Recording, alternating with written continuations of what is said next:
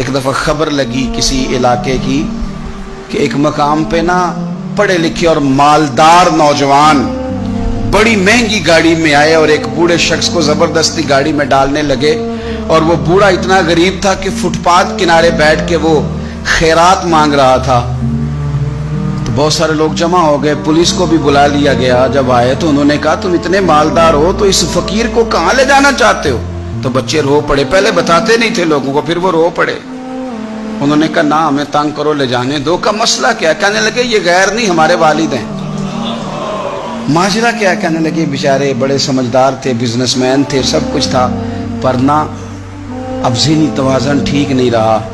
اب سارا کچھ ہوتے ہوئے سڑکوں پہ بھیک مانگتے ہیں۔ او بے پرواہی ویک سجن دی، جتھے کسے دی پیش نہ جاوے، انہیں تاجاں والے در در رولے، تے او منگتیاں تخت بٹھاوے۔ سجنا کسے نو کارا ملدا ہی کوئی کعبے او خالی آوے۔